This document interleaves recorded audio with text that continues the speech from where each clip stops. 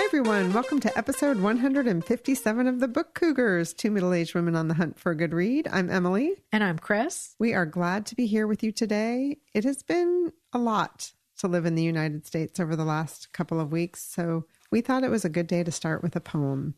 This is from the book Bonfire Opera by Danusha Lamaris. The poem is called O Bod with a Chance of Rain. There is a bed in each of us, a bed of memory, bed of damp grass, of straw, mattress tucked against the wall or spread out under the stars, bed of the beloved, bed of small deaths, the sheets smooth just so. And all around the world, someone is about to rise from it, to lift a head from the pillow, slip into a robe, duck under the low arched door. Let there be a faint sun, a cloudy sky. Let the two lovers linger there for the time it takes to write this poem. Let the bed be soft as down, as the milky seeds of dandelions. It is almost, but not quite, time to go. The sky is dark.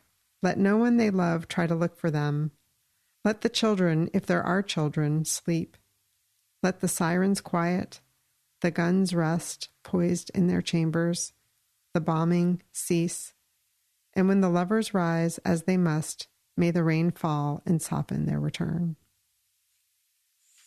Thank you for that. And just a little side note, Obod in the title means a poem or piece of music appropriate to dawn or early morning.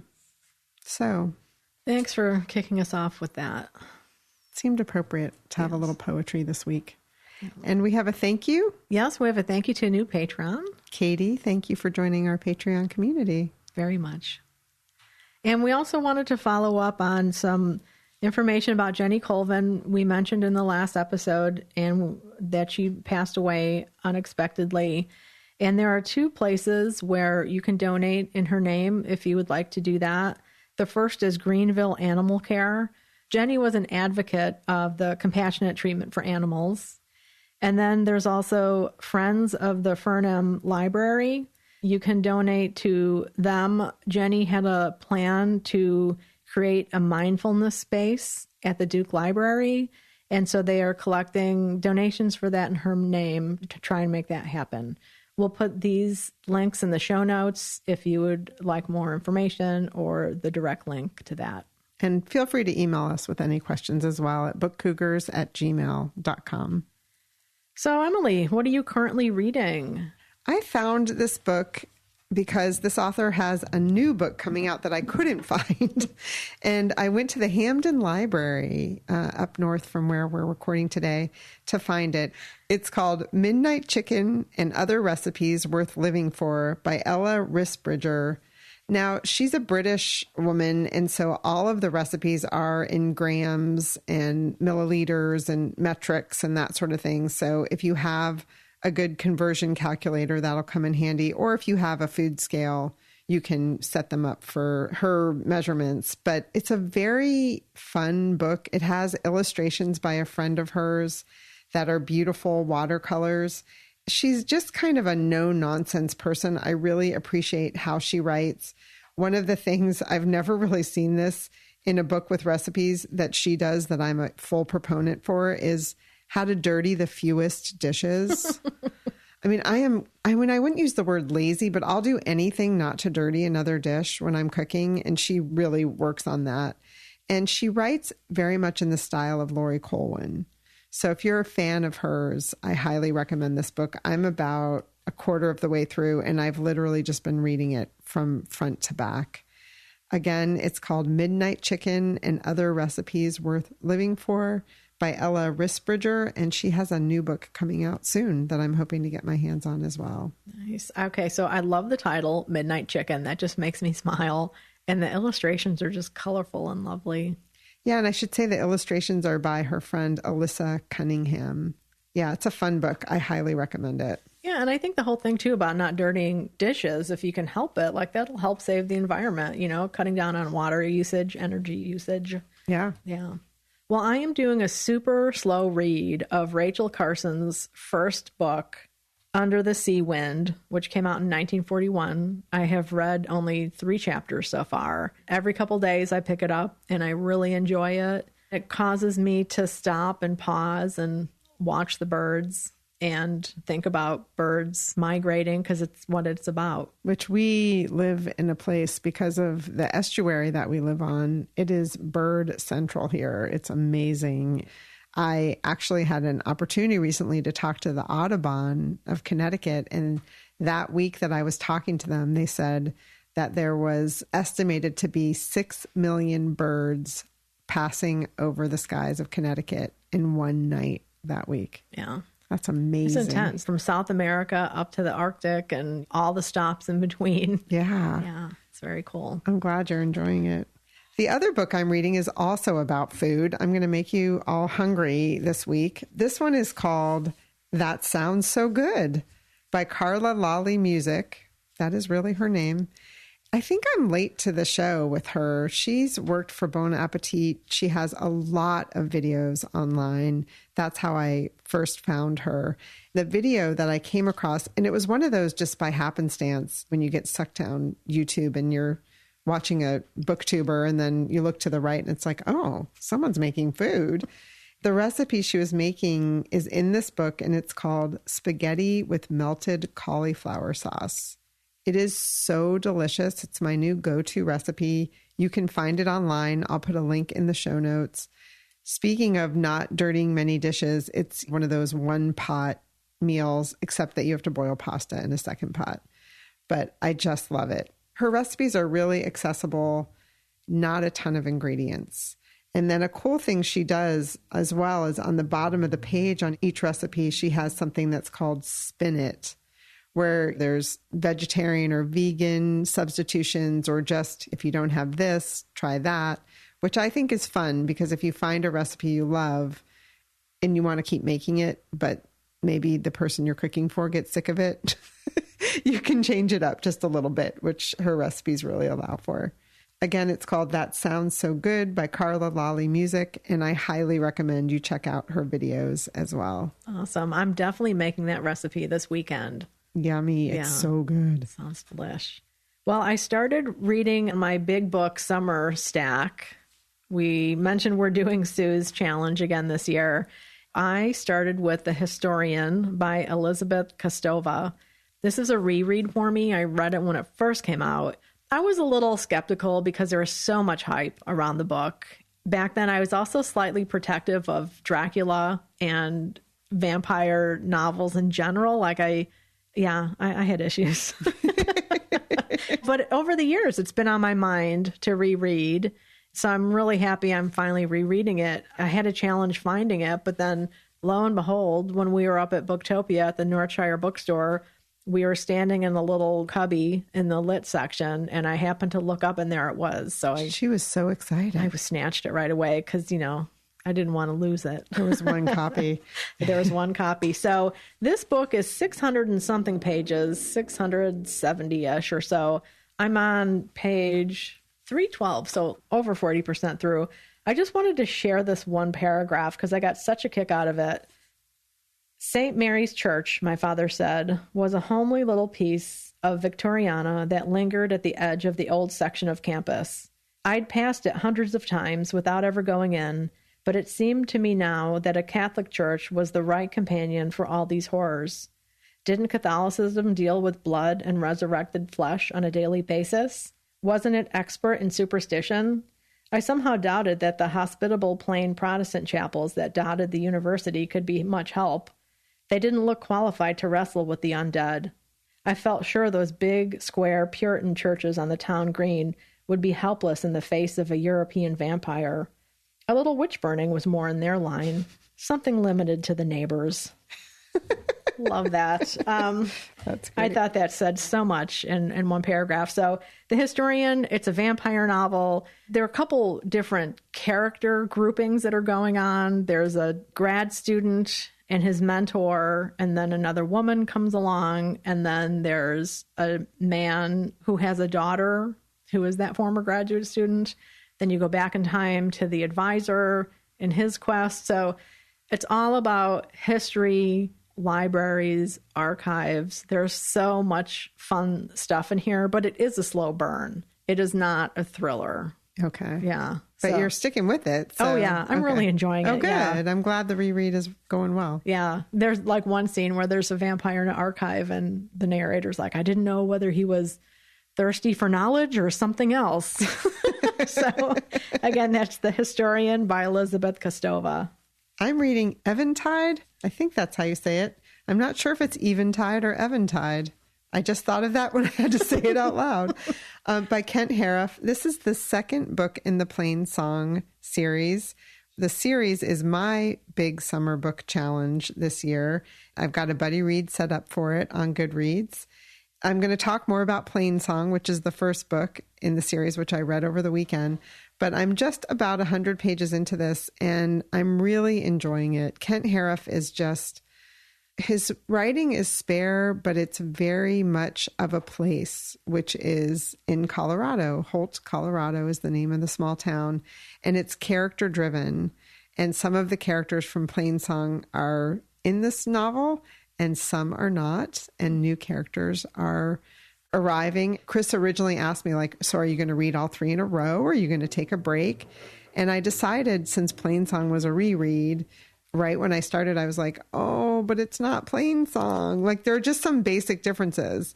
But then some of the characters show up from PLAINSONG, and I was like, okay, I'm in now. So really enjoying it. Again, this is the second book in the series, Eventide by Kent Haruf. So, Emily, what have you just read? I know you just mentioned one. I finished PLAINSONG. Chris and I both got boosted this weekend. We got our 4th COVID vaccine. And so we were both tired. I'm speaking for you, but used it as an excuse to read, which I didn't mind, but I got more reading time than I had anticipated and picked up PLAINSONG and read it cover to cover. I loved it so much. So this also obviously is by Kent Haruf. It was published in 1999. It's the first book in the trilogy. The main characters are the McFerrin brothers, who take in Victoria, who is a teenager who's become pregnant. And when her mother finds out she's pregnant, she literally locks her out of the house. So one of the teachers that works at Victoria's school puts her in touch with the McFerrin brothers, who live about 15 miles outside of town in this small town in Colorado called Holt. They live on a cattle farm. They've lived there their whole life. Their parents were killed in a tragic accident, and their life is really simple. I mean, they work really hard, but it's simple. And Victoria arrives, and they take her in, and they build a family together, and it's really beautiful. Other characters in the story are Tom Guthrie, who is a school teacher, and his 2 sons, Ike and Bobby. Their mother is very depressed and ends up leaving and moving down to Denver. So it's really about small town life. As I was rereading it, I'm not sure if I thought of this when I read it last time, but it's about chosen family and how people make family together. They have simple lives, but they're really important to each other. I just loved it. The thing that's different, I will say, that I missed when I started reading Eventide is PLAINSONG. Each chapter is titled with the characters' names. And it's really clear, and I love that. And then when I got to Eventide, it's like, chapter numbers? What the heck? What you doing here, Kent? You know? But I'm getting used to it. The other thing I learned from Linda, the Cougars librarian, is that Kent Haruf passed away in 2014, which I didn't realize. So that's sad. The only other detail I wanted to say is that Eventide was published 5 years later in 2004, so he did take time to write books. Reminder that there is a Goodreads thread. If you want to read 1, 2, 3, any of these books with me, I'd love your company. Awesome. Well, I read a graphic memoir, Messy Roots, a graphic memoir of a Wuhanese American by Laura Gao, Gao. This was recommended to me. Somebody told me about it. I asked somebody about lesbian graphic novels that were coming out, and this wasn't from her press, but she recommended it, and it just came out this year. It is Laura Gao's story of coming to America as a child, the adjustment that she had to make, being more American than her parents, who are struggling with the language, but she's in school, so she's young, and so she's picking up the language like it's nothing. They're in Texas, so she kind of has a Texas twang as well. She says y'all a lot. She also eventually grapples with her sexuality, like understanding what's going on with herself when she's in high school. There's also some scenes when they go back to China for a visit to visit family, and the weird adjustment for her with that, wondering what's different for herself and what she sees differently. I really enjoyed it. The illustrations are kind of like earth tony. It's yellows and reds, not all throughout. I think I didn't read it that carefully in terms of looking at different chapters to see if the tone of the color changes by different chapters, but it kind of looks like it might. So this is funny. Chapter 13, Q&A. She's doing an online test. And it says here, you got gay AF, which is appropriate. It's June 1st. So happy Pride Month, everyone. We're kicking that off.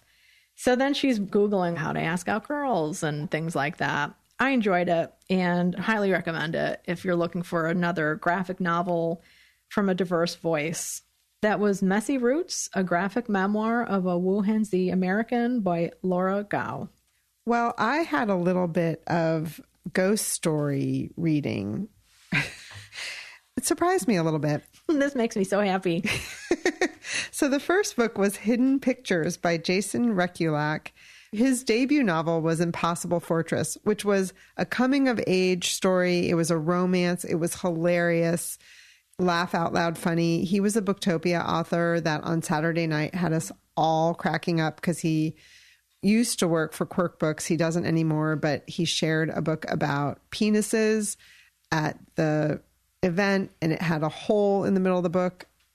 Let your imagination go wild with that one. Anyway, when I picked up Hidden Pictures, I thought it was going to be another book in that vein. It is not. It is a ghost story.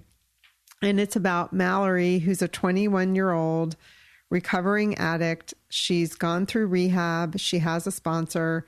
She's living in what I would call a safe house, but not in the vein of like being in witness protection, but just like a house where you're living with other people in recovery. You're making your life as simple as possible. Her sponsor, Russell, finds her a job working in suburban Philly. She's living in urban Philly at the time. So she moves to nanny for a family with a 5-year-old. And soon after she gets there, she's living in kind of like this little cottage in the back of their beautiful mansion in suburbia. The child starts painting pictures that are kind of frightening of like an event of a murder. And Mallory, she feels like something's going on and something's wrong. But of course, as soon as she might have something to say about it, people just assume she's using again. So they don't think of her as a reliable person to be interpreting what these pictures might mean. So I'm not going to spoil it. It has an amazing twist. At one point, I screamed out loud, "What the heck?" And the gentleman caller was like, "What?" So I had to explain the entire story to him. But it is a ghost story. And this is the sort of ghost story where there's a little bit of a possession going on of a person. I'm not an expert in ghost stories, but I loved it. It's a page turner. I will say I had gotten an ARC and there were no pictures in mine, but when I was Googling a little bit about the book, I think there are pictures in the hardback version of this book. So I need to get my hands on a copy of it. Or if any of you listeners read it, please report back because I'm curious about that.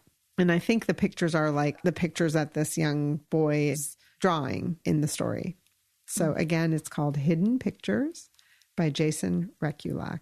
Well, I'll take us to a safe space now. I read 3 picture books by Jennifer Byrne, and thanks to listener Joan for emailing us about her friend Jennifer, who writes fabulous children's books. I was able to get 3 of them. One of them was in our local library, and our library system has several, so I requested 2 more. So these are the books I read. Manfish, a story of Jacques Cousteau. This was illustrated by Eric Poiberet. Sure, I mutilated that. I apologize. On Wings of Words, The Extraordinary Life of Emily Dickinson. This one was illustrated by Becca Stedlander. And then this was my favorite, Calvin Can't Fly, the story of a bookworm birdie, illustrated by Keith Bendis. Such a cute story. You know, it's this bird who is just into reading. He just wants to read all the time and doesn't learn how to fly. And there's cute little scenes of him like in the library reading books, and adorable, adorable book. Like, who wouldn't love a book about a little bird who doesn't fly because he's reading all the time? And then the Jacques Cousteau was great. I loved him growing up. I always watched. And the Emily Dickinson book was really interesting. The artwork focused a lot on butterflies.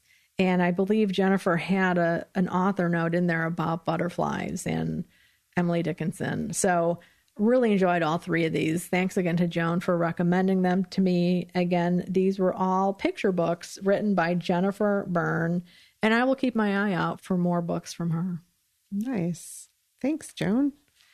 I read another ghost story, which Chris talked about on the last episode, called Shudder by Ramona Emerson. Intense opening chapter, as Chris alluded to. I won't talk about it too much because we've already talked about it, but I did want to mention something that I thought was interesting because, reminder, the main protagonist is a forensic photographer for the police department. What I thought was interesting was that each of the chapters has a camera notation on it. And the camera then is important in the chapter. And some of it just also details how photography changed over time, because her mother in the story was also a photographer and had older versions of cameras, whereas Rita, by the time she's a forensic photographer, she's using digital cameras and taking cards out of the camera and uploading them into her computer. So it does talk about technology, which I think is interesting. The other thing that's interesting is that the Navajo have a fear of death and don't speak of it. And the author is really kind of facing that head on with this book, which I think was a really interesting part of it. Chris talked about it wasn't really of a place, but I did feel like there was a lot of Albuquerque in there and the dryness. And maybe some of that is because I was a fan of the show Breaking Bad. And so it kind of took me back to that whole thing, which I already have an image of from that show. Yeah, I think that's the thing. Like, if you know the area, you can easily visualize it. Yeah. But I don't think the landscape was a character as happens in some novels. Yeah. Yeah. But I really enjoyed it. I wanted to read a couple favorite sentences. So she's come in contact with one of the gentlemen she works with at the police department that she doesn't care for very much. And he doesn't seem to care for her very much either. So this is Garcia speaking to her first. So where's the boss? He didn't tell me he was sending you. Rita says, sorry to disappoint. You know he has better things to do than spend this morning with you. And then she's thinking, an enema would have been better than spending any morning with this man. I thought that was a pretty good line. So some good one-liners in there. She's really good at dialogue. Again, it's called Shudder by Ramona Emerson. Oh, you know, one thing I meant to say about the Plainsong series, I wonder how you feel about this, and maybe we've talked about this before. He doesn't use quotations for any of his dialogue. Mm-hmm. Does that bother you? No, it doesn't bother me. I think probably the first time I encountered it, it kind of was hard to get used to, but I think I'm used to it now. Mm-hmm. I'm having the opposite problem with The Historian because it's stories within stories. And so there are all of these quotation marks. You're reading this narrative, but it's actually somebody telling the story, so they have quotation marks. So there have been several times where I start reading it like somebody's speaking because there's a quotation mark, and I'm like, oh no, that's still somebody's retelling of somebody else's story. Interesting. Yeah. That's Yes. funny. I'm reading 3 books with no quotations, and you're reading one heavily quotationed. So how do you cope? I love no quotations. Okay. Yeah. I think it's kind of cutting to the chase and adds to it being a little bit more spare because there's less of that he said, she said, I said, we said, you know. So I don't mind it at all. Okay. Yeah. So Biblio Adventures. Well, we went on a joint couch biblio adventure, the Mark Twain House. They had an event with author Shelley Puhack, whose new book is called The Dark Queens. The bloody rivalry that forged the medieval world. Yes, it was really interesting. We also want to thank the publisher for sending us copies of this book. And so when we saw the event, we're like, oh yeah, we have to jump on that. So it's the story of Brunhild and Fredegund and how they were both powerful queens at this time. The book came about by accident, really. The author was researching some other story about a Swedish queen. Yeah, she was in Denmark and she was studying Queen Estrid. Yeah. And so Queen Estrid, she's the one who made a king of Norway commit suicide. She had him jump off a ship or something into the icy cold waters. She came then upon these two queens as rulers, and she actually found that at this time period, there were like 6 heads of state who were all women. It came up through conversation. It's just how we've been robbed of so many stories of foundational, powerful women throughout history. You know, they don't need to be just defeated. They need to be obliterated. Right. One of the things I really thought about you, Chris, because we weren't sitting together, but we were side by side watching this in at different homes. And one of the things she talked about is why they were forgotten. Yes. And one of the things she talked about is that a lot of the source material was lost over time because it was written on papyrus. And now the things that are still in archives and libraries were written on parchment. And that part of the reason she was able to get information about these queens is because there were 2 eyewitness reports of the timeline and the lives that they led. Right. Yeah. She talked about that. I remember that, saying that a lot of history was being rewritten. You know, the victors always rewrite history. We know that. So that was happening at this time period. But yeah, the whole papyrus thing, their reigns were at that transition point. So papyrus does not do well in moist Northern European areas. It survives the desert climate much better. But yeah, that whole transition to a new form of capturing documentation, I thought that was really fascinating. Yeah. And she also talked about how lovely it's been that archives have been digitized, because she started her research prior to COVID, but then she had to be doing some research during COVID and could do it from the safety of her computer in her home. Yeah. A lot of it, but I also hear archivists screaming in the background. So if any of you are listening and you're screaming at us, at your speaker or whatever, there's so much that's not digitized. So we just want to put that out there as well too. But really, it has been a real, do I say blessing for a lot of researchers to have so much digitized so that their research does not necessarily come to a screeching halt in all cases. Yeah. Yeah. And I know a lot of archivists were super busy during the pandemic trying to fulfill requests in new ways that they didn't used to do. Yeah. It's an interesting book. We both have copies. We're hoping to do a buddy read of it in the future. It was one we had considered about doing as a read along, but changed gears at one point. Yeah, we had a conversation about it in Breakwater Books here in town, our local independent bookstore. We were having a good browse, and that was definitely one that we had in our hands for a while. Yeah. I believe that this event was recorded, and if that is the case, we will put a link to it in the show notes. She was a compelling, fun person to listen to. Yeah, absolutely. I'm almost certain they always have their stuff available, which is really nice. And then we went on a joint jaunt in person together. That was really, really fun. We went up to Rhode Island, to Charlestown, Rhode Island. We stopped at a library. Sadly, we didn't realize it closed at 4, and I think we got there at 10 till 4. Oh, not even that. I think we got there like at 4, and we were standing in the foyer, and another patron was there, and the librarian locked the door, and he's like, oh, do you close now? And she's like, yeah. She's like, you guys can stay for a few more minutes while we shut things down, but I just can't let anybody else in at this point. So we did a quick walk through the library. It was the Cross Mills Public Library, and just a really well-lit library. I mean, it had such great natural lighting and so many plants. I don't think I've ever been in a library with so many plants. It was unbelievable, actually. And partly, I'm sure, due to the fact that the lighting was so amazing and just the plants belonged there. Yeah. Yeah. You would think like the library's craving plants, you know, with that kind of light. So it was a really wonderful space. We didn't get to go downstairs, which is where the nonfiction and computers were and things like that. But who knows? Maybe we'll be back. And then there was a little mowed grass path where they invited you in with a sign to go on this reading trail, and we started to go. We were actually videoing it, and one of the librarians came up and said, I just need to give you 2 warnings: poison ivy and ticks. Yes. Those are 2 words. If you put them together, one of each of those words, I'm out. And so we started to walk through, and I looked down and we're standing on poison ivy. And I was like, okay, that's enough for me. Yes, yeah. Let's go. It was a nice idea. Maybe when we go back, we'll go like in the dead of winter when those things are not as much of a threat. Yes. Or we can just bring some big rubber boots or something. I don't know. But then you're right. The Historical Society was also there, and we peeked in the windows. It too was closed. Yeah.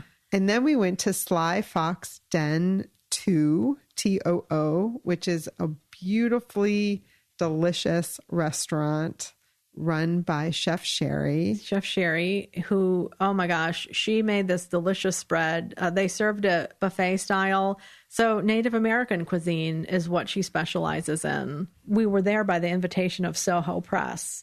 Juliet Graves invited us for this wonderful author event. With Ramona Emerson, the author of Shudder, the book I was just talking about.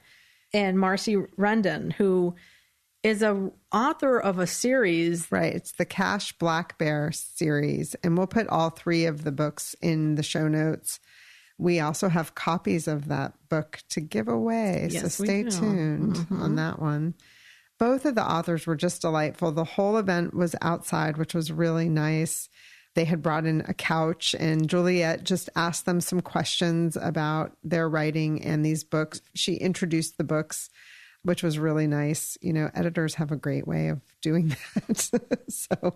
And then also talked about how they came to get Marcie Rendon's backlist, because the publisher she had been publishing with kind of went bankrupt. And, you know, and that is just such a boon for a publisher to get somebody's complete backlist in that way and have that kind of consistency. Introduce the series to new readership. Right. So they're reprinting books 1 and 2, and then they're coming out with book 3.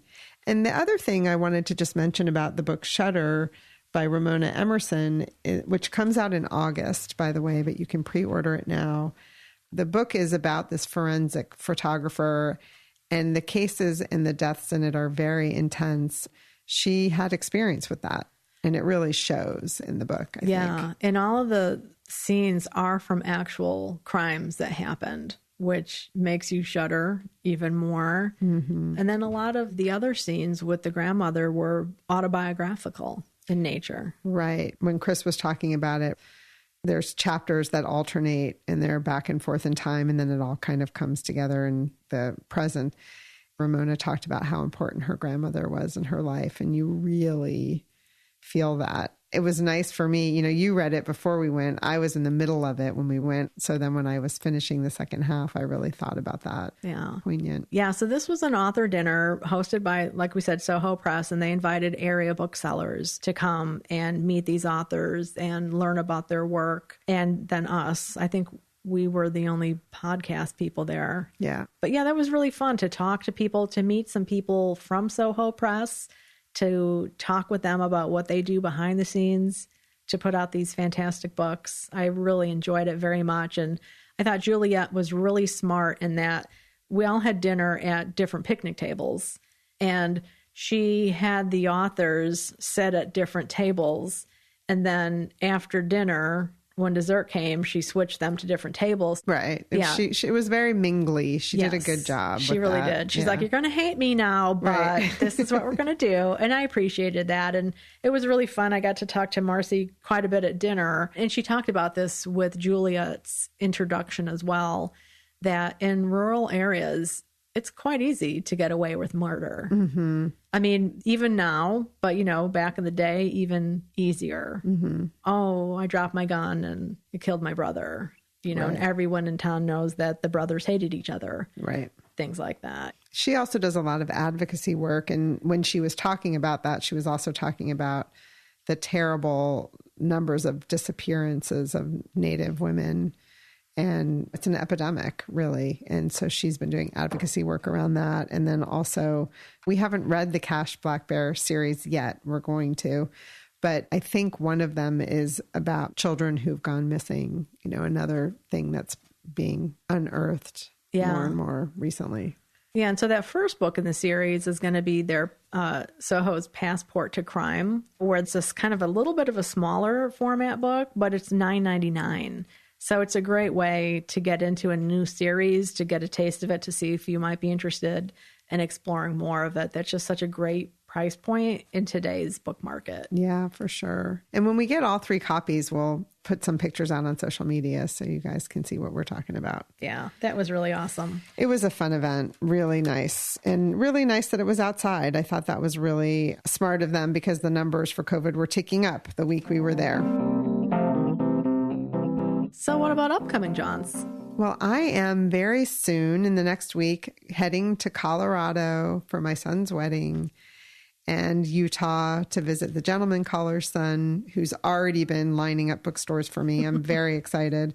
So I will be reporting from the trip, but also when I get back about bookstores that I find along the way. Awesome. Can't wait. What about you?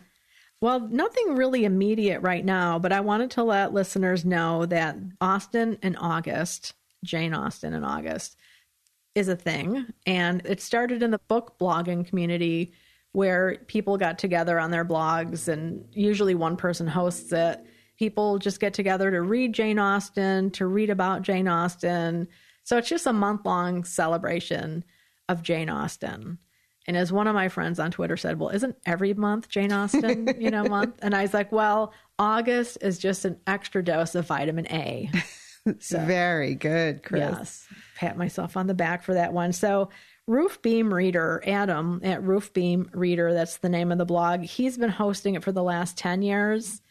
And when that information is up and running, we'll be sharing it just for some of you who want to enjoy more Jane Austen. For those of you who are wanting to explore Jane Austen and maybe you haven't yet, it's a really welcoming group of people. You don't have to be a Janeite, as they call them, to participate. Newbies are completely welcome. Very cool. So what about upcoming reads, Chris? Do you have anything lined up?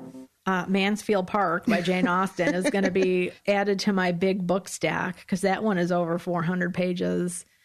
I don't think I read that one. I thought that I had read all of Jane Austen's novels. I've been living as if I had. I've said that publicly before.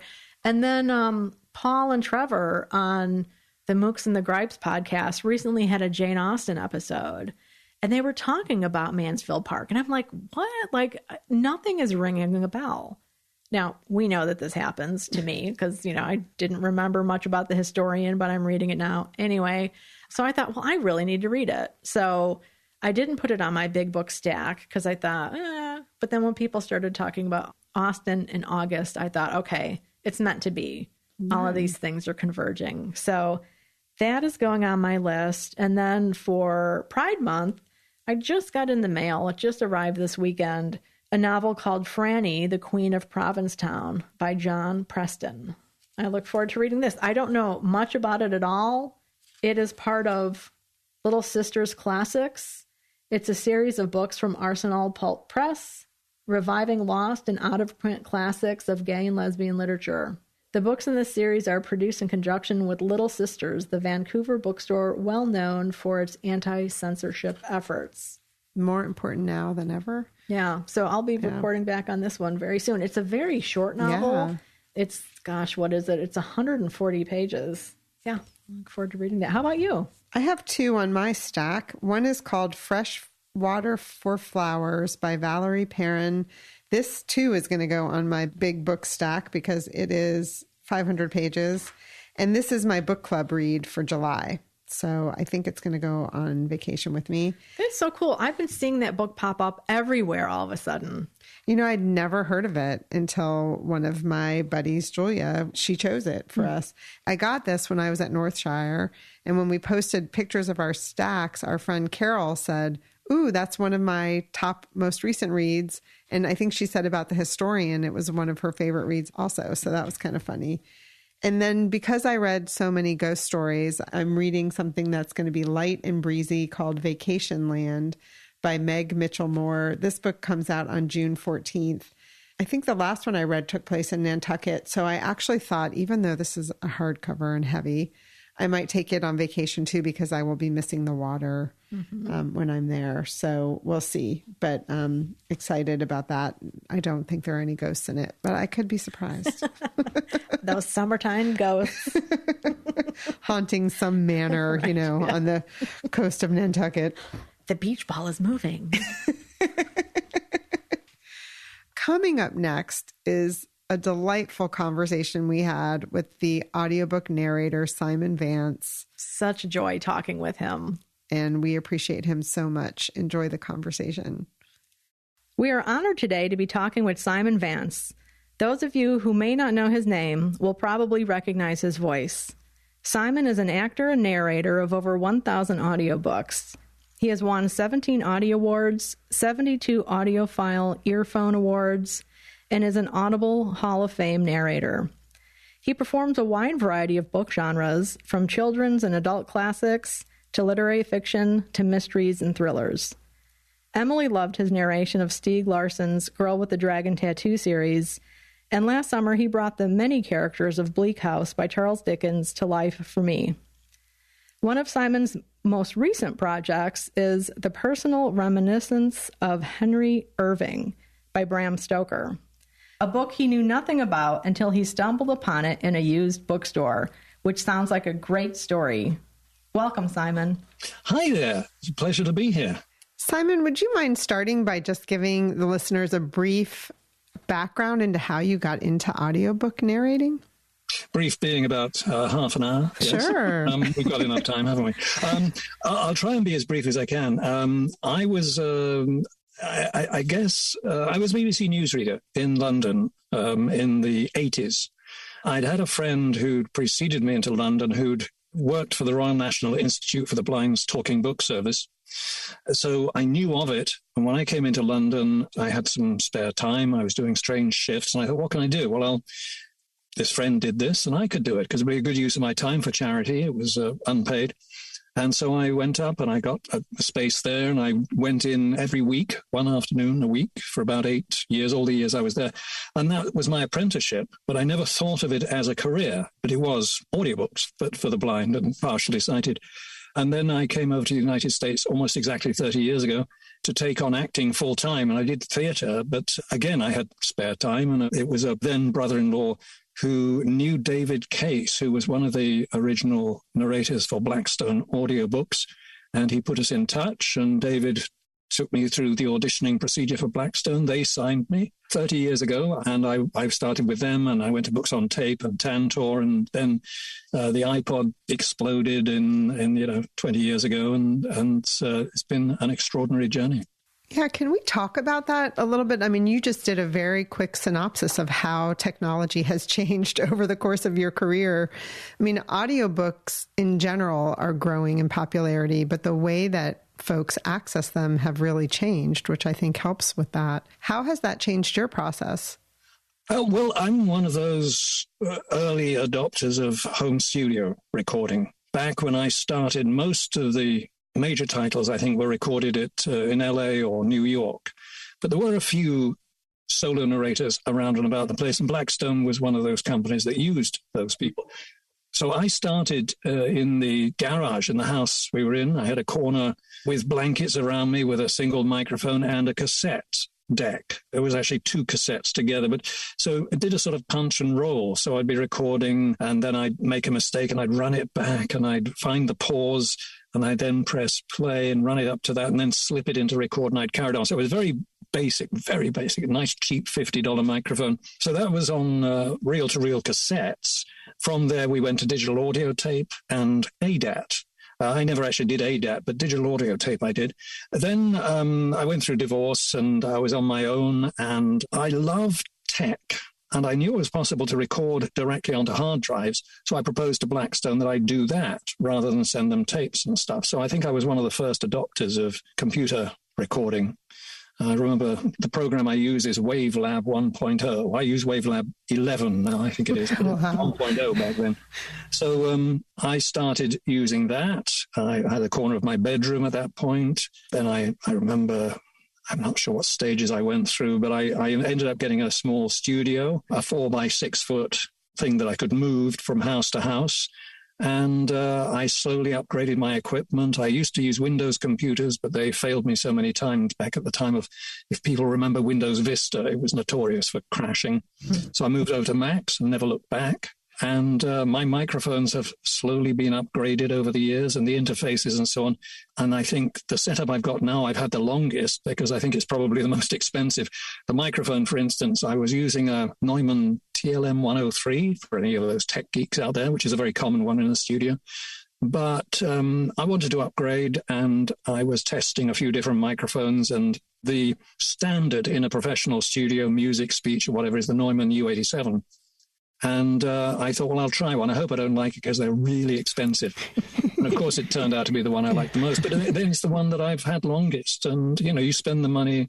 You don't, for new narrators, when they come in the business, they want to get the best equipment immediately. But basically, I think you need to prove yourself and then upgrade, because the voice is the most important thing. And the quality of the microphone is a sort of a nuancey thing, if you like. I'm feeling a little raspy this morning, but because I've been narrating, but normally this microphone sounds perfect. It's me that's faulty this morning. But yeah, it's been a slow process, but as I say, I've been 30 years narrating, and I do enjoy buying new tech gear. That was like a walk down memory lane. Like, I remember putting cassettes into my, my car to listen. Oh yeah. Cassettes. I remember when they were revolutionary, after the 8 tracks and then, vinyl. My dad had the big old reel-to-reel for a while. Yes. Yeah, so my experience at the BBC, I was in local radio, then I was in London. I used to edit reel-to-reel tapes, the little yellow pencil and the sticky tape and stuff like that. So that was part of my decision-making when I wanted to go to a computer, because then I could record and I can edit very easily, because I recognize waveforms and so on, and my experience of what sounds you can edit out and so on and so forth really helped me from a technical point of view. I don't think narrators coming to the business now have that skill so easily at their fingertips as I did at that time. But that was one of the things behind my wanting to take it digital. So can you talk a little bit about that, Simon? Like, what are the tools that you use to capture your narration? Do you, I know you mentioned the program, but then how do you read the book that you're reading? Do you use an iPad now? Like, how do you not have page turn noises and things like that? Yes, well, that's changed as well, because I can remember I used to do video blogs years ago on my old website, and I'd sit there talking about the books I'd done in the last month or something like that, and I'd have a pile about 2 feet high of pages printed out that I would read from, and you put these in front of yourself, and you'd have maybe put 3 side by side, and then if you made a mistake at a retake, you could move them across, so, but you couldn't, of course, move them while you were recording because it made too much noise. There was also, you used to take old books and take a razor blade to them, which is horrifying, but to do the pages. So you have the pages in front of you, and then, of course, you have to, I think they call them widows and orphans. So you'd write the sentence at the top of the next page at the bottom of the first page so that you could finish a sentence, then turn the page. Mm-hmm. So you had widows at the bottom and orphans at the top or something. So you basically didn't have to turn a page in the middle of a sentence. That was how it was in the old days. The iPad was magnificent because not only did you not make a noise when you're changing the page, but you didn't have to have any light in the studio. So you can sit in complete darkness and there's no extra heat. Because that was something, if you put a light in the studio and you close the door, unless you've got really good ventilation, which of course would then make noise as well, possibly, your temperature gets pretty high. And in the summer, that can be most uncomfortable. But the iPad was a fantastic thing. It's very easy to make notes on the page. You do it with your finger, or I've got one of those Apple pencils.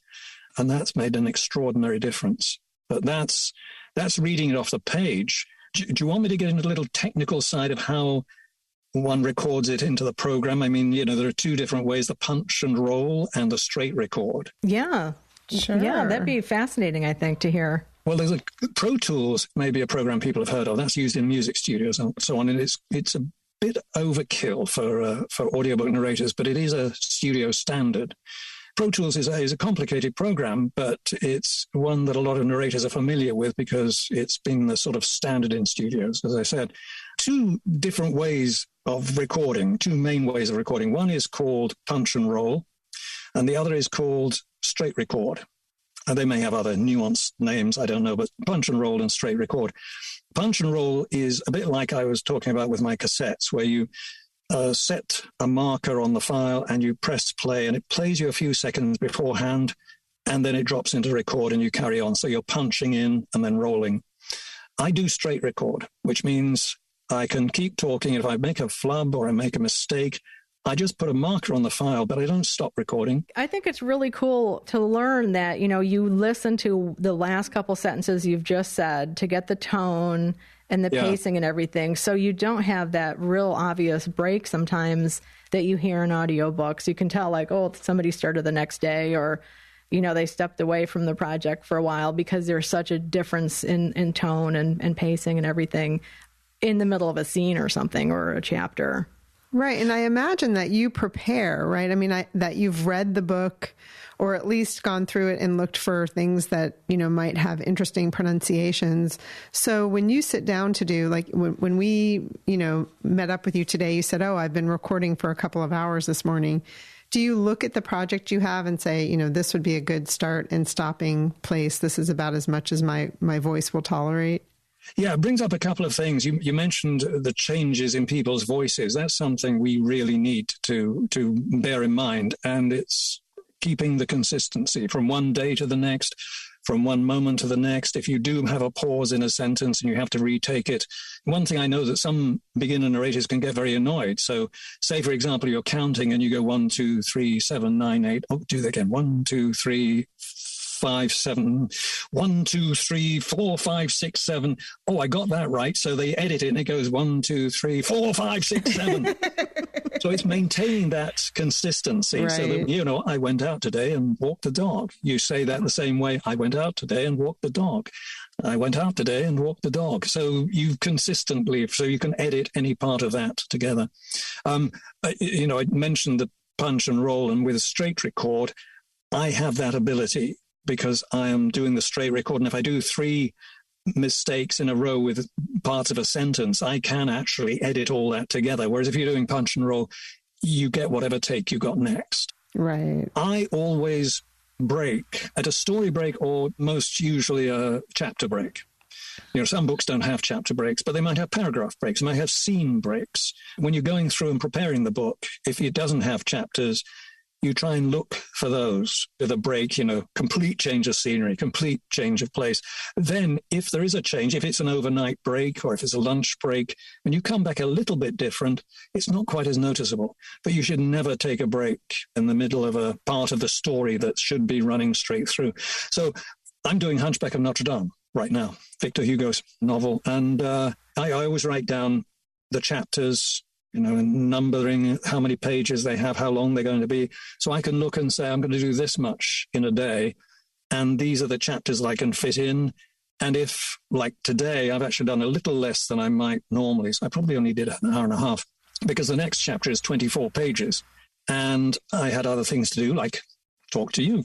So I didn't want to get into that, because that, in the size of this book, 24 pages is almost 75 minutes. So that's a huge chunk. So that I'd put that off to tomorrow. I'll do that. And I've got a 26-page chapter to do, finishing off the book on Friday. Mm-hmm. But yeah, it's important to maintain that consistency from day to day and from hour to hour. And how do you decide what project to take on next? I pretty much rely on my publishers to send me the material. I rarely make those choices. You mentioned the Henry Irving book. And that's one of the few occasions when I did it to choice myself, and actually went to Spoken Realms, a friend of mine, Stephen Cohen, and he runs that. And I said, I'd like to do this. So it was basically in my own production, if you like, using him as the outlet. And as you say, I was in a bookshop in Pasadena, downtown Pasadena, and I saw this on the shelf, and I thought, I'd be fascinated by that. I don't think it's selling very well right now. maybe it'll get a sudden boost from here. But it's fascinating. The connection between Bram Stoker and Henry Irving is extraordinary. Bram Stoker was Henry Irving's business manager, and Henry Irving, if you don't know, was a very famous actor at the end of the 19th century in England. Yeah, he was like a mega superstar of his day. Yeah, he was, and he changed acting to some extent in England in his period. There was a way of acting very overly dramatic, and he became more naturalistic. I mean, in our eyes, if we saw him perform now, it'd probably be so melodramatic, but he was at the same time as Ellen Terry and a few other quite big names in theatre at that time. But it was just a fascinating connection, And he was a fascinating man, traveled to the United States, met quite a few famous people. I'm trying to think of the name of the writer he met. Yeah, I think he went to Mark Twain. I believe he visited Mark Twain's Possibly, house. Yes. Yeah, here in Connecticut, which is... We live near that. So I want to talk to you about a pet peeve. Okay. So I, too, had the chance to work with Talking Books here at the Hartford Public Library, which is, recording for the visually impaired. And my job was as an editor, because finding mistakes is like my superpower. So, what they did there is people would record in a partnership. So someone was in the recording booth and then the other person was on the outside of the recording booth, kind of guiding them and helping them. And then I would come in and just listen to the pieces, the chapters they'd done. And if there were any mistakes, and I mean, if they said, and when it should have been a them or, whatever, we went back and would fix the problem. I'm not sure which system they used. I never got into the tech side of it. But lately I've been listening to audiobooks, and I like to sometimes listen to them and read the book at the same time. And there's a lot of differences. And recently we did a read of Agatha Christie's Death on the Nile. And the differences were extreme. And I think some of it was trying to change things to be culturally appropriate, maybe is the right word. Updating it to today's sensibilities, perhaps. Yeah. How do you feel about that? I'm putting you on the spot. Well, I take pride, I think, in getting... We need to get every word that's written down. We need to have it correct. We owe that to the author. I'm in awe of authors. I don't think we should just change things willy-nilly. Specifically for Agatha Christie, there are books out there that are a little more challenging for people today to accept. They get offended. And I suppose it may be deemed necessary. We talk about racism, sexism and misogyny and so on. It's hard. Gosh, this is a difficult question, because from my point of view, I will read everything that's in front of me, swear words, everything. I don't have an issue. And I've known narrators who have in the past. There's one fellow I know who refused to say the F word, but I think he does now. But I thought that as an author had felt it was worth putting in there. It's necessary to put in there. A lot of these older books are like Huckleberry Finn and so on. Yes, they might have some offensive passages in them and so on, but it's almost like they're historical novels now, and you have to treat them with that kind of respect, even though it may be ugly. And in fact, its very ugliness, bringing that to light, is a good learning tool. As far as accuracy just day to day, and you say you're hearing a lot of differences, if it's outside that sort of choice of where they're actually changing paragraphs for the sake of meaning or offensiveness, if it's just mistakes, I think that's just very shoddy work. One thing I've noticed over the decades I've been working is that back when I started, I think the library trade was a big mover in terms of what got recorded. So it was all the classics, Anthony Trollope, Charles Dickens. I did Don Quixote and all these wonderful books that needed to get done. Nowadays, it's very much the latest thing. Every single book has to be made into an audiobook. And what is happening is there are a lot of smaller companies who are trolling around for a lot of the self-published stuff, which has a great audience. There's nothing wrong with that. There's an audience for this stuff, but it's not always very well written. It hasn't gone through the big publishing houses, so there haven't been the proofers and the editors going through it. So there are mistakes galore, which, if we're doing those books, we have to be, as narrators, have to be on the ball to pick those up. And that's really annoying. And I was talking to a friend last night who'd listened to a bunch of audiobooks. He's not a narrator, he's an actor, but he said he was noticing mistakes that had been made, names changing in books. And I confront that, and I then challenge the publisher who takes it to the author and so on and so forth. But sometimes people don't, and they just read what's in front of them. And I think that's sad, the lack of gatekeepers on things like that. I understand that there is an audience. I've done a lot of fantasy books for one publisher that have come to me in rather dire straits sometimes, and doubles the load as a narrator, because you can't really get into the story if you're forever trying to work out where the paragraph begins and ends and who's named who. They change names halfway through a book and so on. It's a little frustrating when things like that are happening, but it's the nature of the business right now. There is such a rush to get stuff out there, which is a shame. I mean, I don't do as much narrating as I used to, because I'm getting a little older and trying to do a lot of other things with my life right now. And there's one writer I absolutely adore, and his name's Guy Gavriel Kay. And he's just got a new book out, All the Seas of the World, and his writing is glorious. He comes through Penguin Random House. I'm not sure if that's his book publisher, but that's the audiobook. So he's got all the editors and the people. His books are translated into 30 languages around the world, and his books are impeccable, and they're just so well written. I love Guy Gavriel Kay's work. That's and great. I'm going to visit him in Toronto next week. So nice. because I like the guy. I was going to say, do audiobook narrators, do you ever have to fight for a book that you really want to do the work on? Books come very quickly, so I barely know that they're out before they come. For Guy's books, he asks for me now, because I started doing his books way back. The Fiona Var Tapestry, I think, was the first trilogy of his I did, and then Tigana and stuff like that. And I always get his books.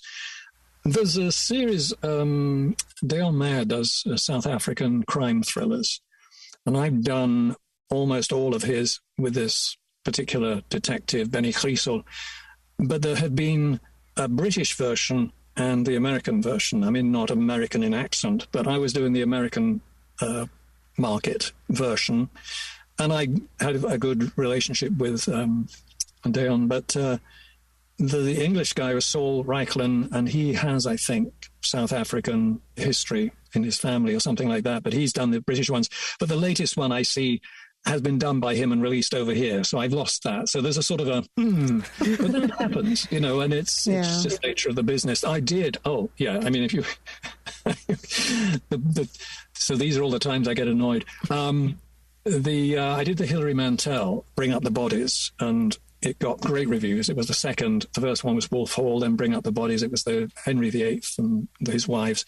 Actually, it was Thomas Cromwell's sort of first-person view of what was going on. I was so looking forward to the third one. Hilary loved what I did with the second one. It won awards and stuff. And then it took so long that they'd done TV shows and stuff like that, and the actor Ben Miles had played Thomas Cromwell in the books, and they actually had him record it. I lost that one. And then he mispronounced one of the main names in it. So anyway, I felt very smug about that. But I shouldn't be. He's a great actor. I love him as an actor. I just wish he hadn't taken up audiobook narrating.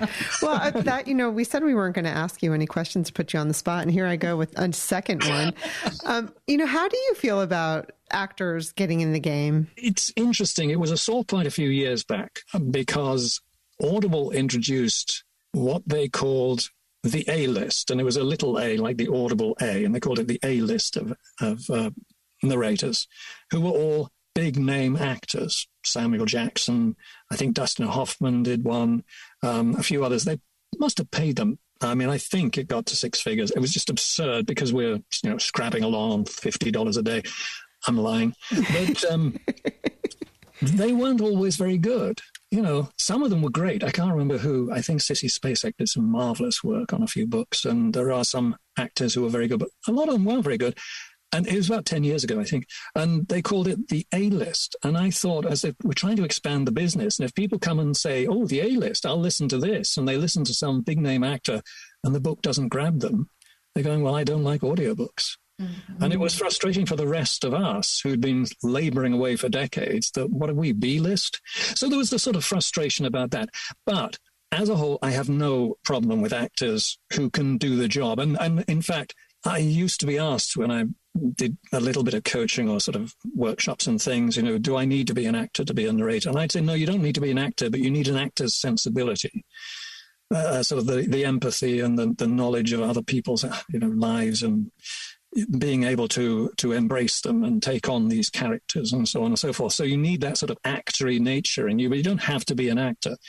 That said, actors do have a leg up in that they have that trained ability to perceive things from another's point of view, which when you're doing particularly fiction, you need that to be able to change around and tell a story. I have quite a number of friends who've moved from acting full-time. They've moved into narration and actually love it because the security is great. In a way, if you're good, you get work from a lot of publishers and it can keep you going. And they still go out and they act. A friend of mine in Pasadena now, Ramon de Ocampo, he's an actor, done a lot of parts on TV. He's playing Hamlet at the theatre in Glendale right now.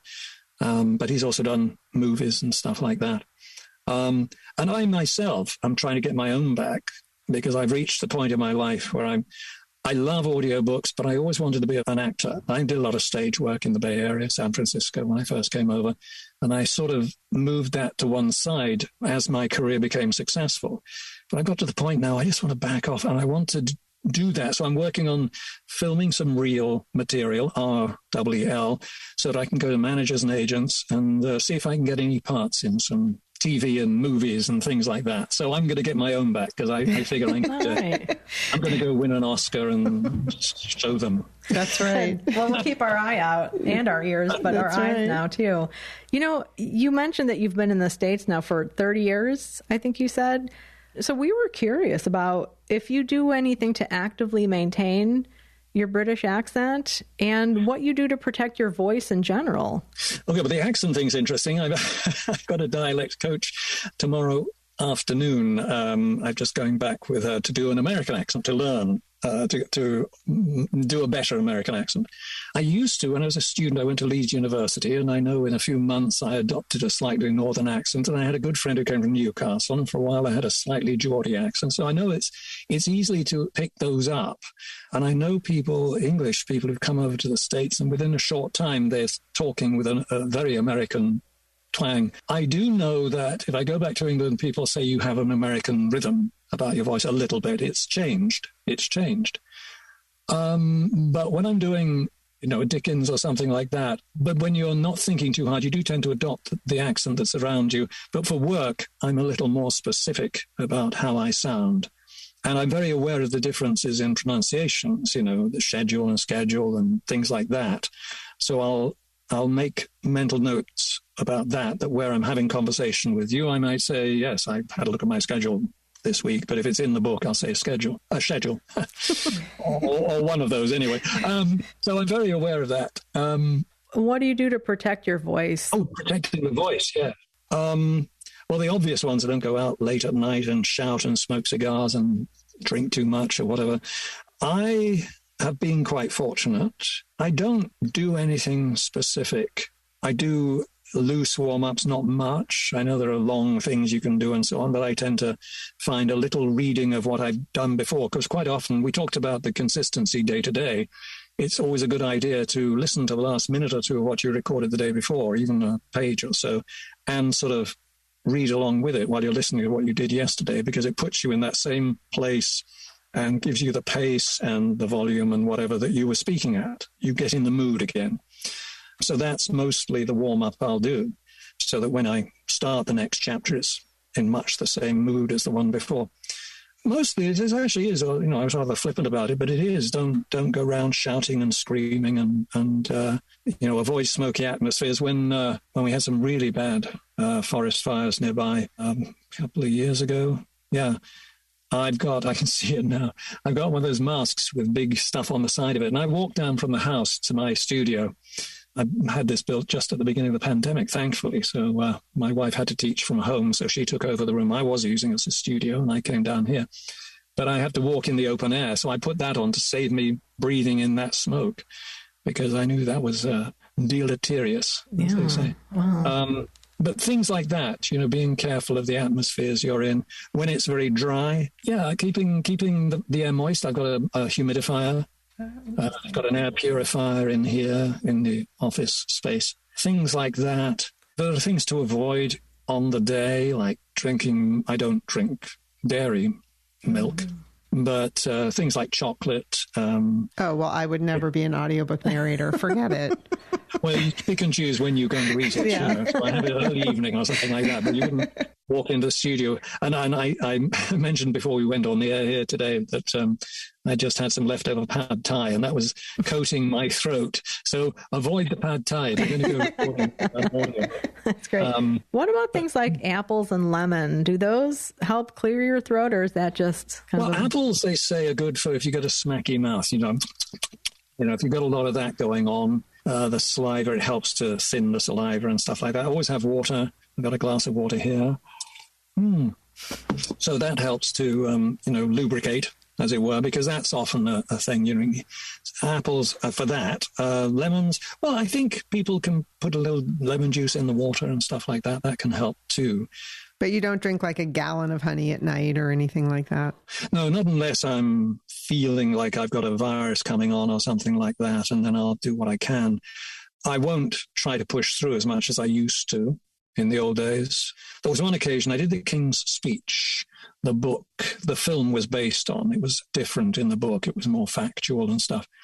But I did that, and I remember it's about a 7 or 8 hour book. And I started it, and then I felt a cold coming on, and I kept going. And I got like 5 hours in, and I couldn't carry on. And I knew, because by the time you get, a couple of days into a cold, you're talking like this all the time, and you don't want to come back the next day. And then suddenly, you're perfectly healthy. So I had to throw all that out and start again. So it would have been better if I just stopped as soon as I knew I had the cold coming, so that you don't just, end up having those issues of trying to match voice. Yeah. And what is it like to do an audiobook with multiple narrators? I know, like, for example, you did Dracula with a group of other actors. What is that like? Does everybody just record their own bits and submit them? That tends to be the case, yes. I only wish I could have been in the studio with Tim Curry and Alan Cummings. That was a wonderful book. And I had recorded Dracula solo a few years before that. In fact, quite a long time ago. But it was nice to do the Jonathan Harker bits. That's his name, isn't it? Jonathan Harker. Yeah, no, we didn't do our own bits. The other big multi-voice I did, and I've done a few others, was Dune. And that was very popular. That was 2005 or 6. And we had a lot of people, and we all had our parts of the script to do. It puts a lot of the burden on the engineer to make it match together, especially when you have that many voices that you're trying to put together. I've done a lot of books. There were some thrillers where there was maybe 2 or 3, and then you basically do your chunks. And again, the engineer will put them together. There are cases because, I know we have union contracts for them now. There are times when you go in with 2 or 3 others and you record with them. I've never done one of those yet. I've done a few sort of audio drama-like things. I'm in The Sandman, Neil Gaiman's audio drama, and I helped the director with a couple of his Alien books. Dirk Maggs is the very talented director of those. And then I was in the room with other actors, but that was more of an acting, doing a drama proper rather than narration. Kind of a crossover of your acting and your audiobook narrating. Yeah. So one last question. Mm-hmm. I'm not sure how much of your own reading time you get, but when you get time to read, do you prefer to listen to an audiobook or read a paper book? I think right now I prefer to read a paper book. I went through a period where I did listen to some of my colleagues. It was quite a while ago, but I wanted to know what was going on out there. We don't have a lot of time. Most of our time is either when I was working and doing 3 finished hours or more a day, you've got all the prep work to do. You've got to look ahead. You're reading what you're about to record and stuff. So that kind of takes up all the time. That and watching a little bit of TV on the side. For a few years, my wife teaches down in Irvine in Orange County, and we were living up in the Bay Area, and I drive down and drive back. So it's about a 6-hour drive down here. And I would listen to some of my colleagues' books then, and I loved them. I loved particularly the biographies narrated by Grover Gardner. If you like biographies, he does some wonderful stuff. Does all the Robert Caro ones, the LBJ ones, and Carnegie and things like that. So I used to listen to a lot, but I haven't for a long time. I like to find other things to do. In fact, a few years ago, probably quite a few years ago, before I did the Sandman audio drama, but I got tired of reading words on the page, and I wanted to see pictures. So I got Neil Gaiman's Sandman comics, the graphic novels. And I had those by my bed for several months, working my way through them. But right now, Books in the New Sun was recommended by Neil Gaiman many years ago, and I find that fascinating. But I don't get a lot of time to read even now. So I'll read a chapter or 2 and then put it down. Oh, gosh. Well, Simon, thank you so much for taking the time today to talk with us. This has been wonderful to learn about the other side of the mic, what goes on. Well, I hope it made sense. I know I'm so used to reading a script, and this is all free verse, as it were. So sometimes my mind wanders off halfway through a question and answer, and it's like, where was I? What am I talking about? Yeah, it was wonderful. Where's the script? Give me the words. Yes, you are usually reading other people's words. You did a great job. We really appreciate your time, and it's fun to hear your voice, and we will be visiting you in the audiobook world in the future. Thank you very much. It's been a great pleasure answering your questions. Thanks for listening to the Book Cougars with Chris Wallach and Emily Fine. We'll be back again in 2 weeks with another episode. Until then, come chat with us on social media. If you'd like to become a Patreon supporter, we would love to have you join our community. All of the books that we talked about in this episode are listed in the show notes, which you can find at bookcougars.com. Each book will link to our bookshop.org page, where your purchase will help support not only the Book Cougars, but also independent bookstores everywhere. And if you're an audiobook listener, we do have a special offer from Libro.fm. You can find all of this information on our website. Again, that's bookcougars.com. Thanks, everybody. This episode is edited by Pat Keogh Sound Design.